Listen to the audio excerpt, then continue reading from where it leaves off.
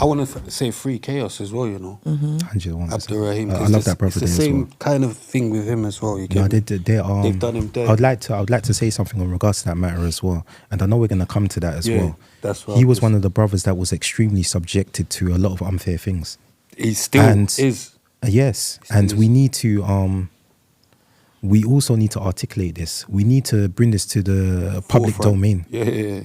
It's not right. And when you hear my testament as well and what happened to me, and I would like to thank KAOS as well for his bravery and for him helping me. There was a massive case which we're going to talk in further, a prison case which if I was found guilty, I would not be coming out now. So I'd like to thank all those brothers, all the 109 witnesses. I'd like to thank them as well for their bravery. And I know they suffered for this and the backlash. So I'd like to thank them as well. Yeah, free him up, my love and respect goes out to all those brothers. And I tell you the truth, I miss my brothers. I love the brothers behind it. Believe me. And I can vouch for that. Sometimes out here is rotten. But you know what? My brothers in there, it's just so sincere. Because you have everything stripped away from you. Everything that's taken away from you. So now you're just dealing with that person. There's no more mask to hide behind. So Nah, just because he did it, he's not even a guy as well. Giant enterprise thing, isn't it? No. Do you get what I'm trying to say? It's a lot. It's a big bird, bro. First stabbing as well. That's mad. But we're gonna get to that, car. I do want to shine light on that, and I want you get 100%. What I'm saying. Come on, we have to use these times to make them know about the man them that's still suffering. 100%. You get what I'm saying? And them man they should be on road. And this is why I'm here, because I said to the brothers as well that I'm not gonna forsaken you. I can understand that sometimes people lose themselves. But yeah, so how long? So 7. So you thought you was just gonna be out in 7. When did it dawn on you? Or when did it get explained to you that that wasn't the case? I think as years go by, you start to realize because but let's be honest here. I wasn't an easy person to get on with as well. We need to also understand that as well. I was a person as well that was very difficult, was very rebellious, and you know, I have to say this, I thank my brother like Care Bear and so forth. Like I said to him like just the other day as well, I said, what made you like, because I was a liability. Even outside, like I'm a liability. Like, what made you invest? Like, take your time. And he says, like, I saw your potential. So this is what we need. How long do you do? He hasn't done no. What's it called? I only go in jail to spend time with people. Carrots. On remand. But I know I don't have no case. They just try, when it's something minor and I can get bail, I choose not to get bail. Go in to spend time with man. When they've got issues on the wing, the officers or the people that run the prisons call me over to calm them down. Not just him, other people as well. But what it is, he's got potential and they need to know how to maximize intelligence. The most thing what I taught him, what you're saying earlier, is that I teach people how to be more powerful mentally than physically. So basically, whatever you're doing, it's about efficiency.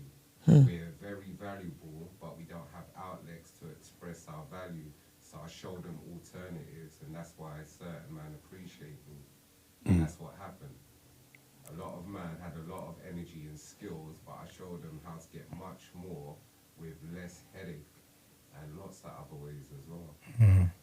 Alhamdulillah. Yeah, alhamdulillah. Awesome. And remember this is not a prison thing. I knew him before I went to prison. Okay. So, you know.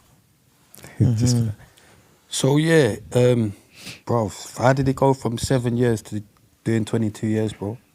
So let's go back. Let's be honest.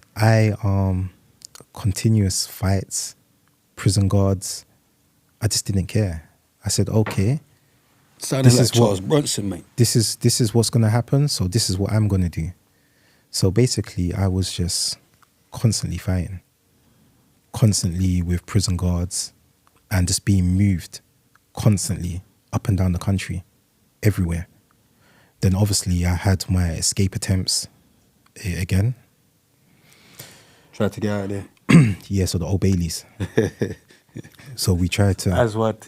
Yeah. I tried to, but it never happened, and a lot of people got injured in the process of that. As he got out of there, innit? Yeah, he did, yeah. Big up Azzy. And his family as well. I know his brother, so. So, Bob, then what? So yeah, so it He was was just setting you up and down the place. Did you it go was Franklin, dispersals? It was just constant, but I would like to say something. I would like to, yeah, of course I've been dispersal. Obviously, I was an ACAT prisoner as well. Yeah, started off there. So what actually initially happened as well, I actually started, on this sentence, I started as a young offender. Okay. So I was 20 years of age, so they sent me back to Feltham. Okay. So during that period as well, when I was in Feltham, it was like all a playground. Because I tell you why, I think at that time as well, they were doing an operation, especially Trident as well.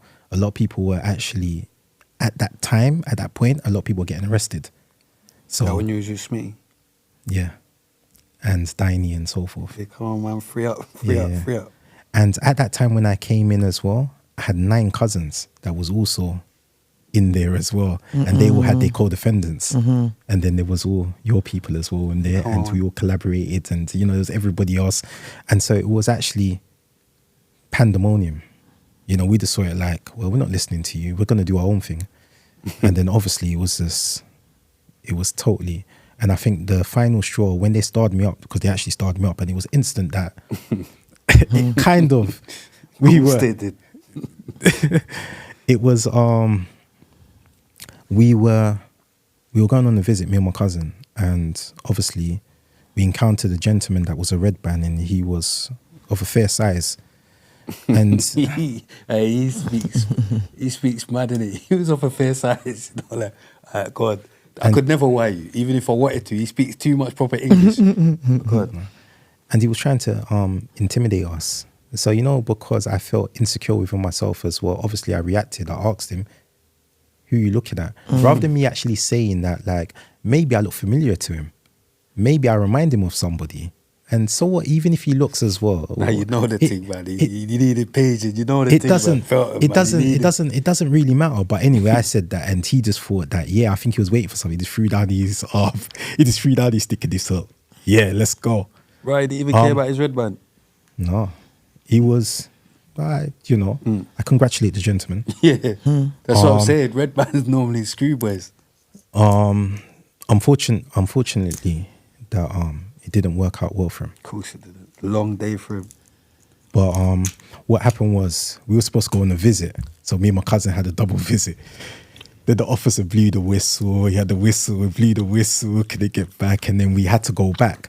So whilst we're walking back, I think it was like opposite Quell and Partridge. I can't remember I think I was on Partridge and he was on Quell, the other way round. There was ones for like attempted murders and murders. There was all on one and the other side. My cousin was still arguing with this officer. I don't know what happened. Remember, I was on the other side. I've gone onto my wing. Next thing, the alarm bell goes off. And you know, instinctively as well, you're just thinking, I said, I hope that's not my cousin, you know? That's what I said to them. They're like, no. What I didn't know at the time, which I then got told, was that they were doing a kind of like George Floyd moment on my cousin. Oh, don't lie. Yeah. Choking him out.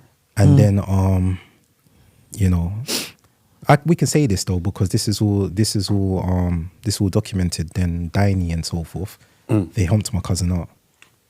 You free up Dwaine, man. Yeah. So they physically humped my cousin,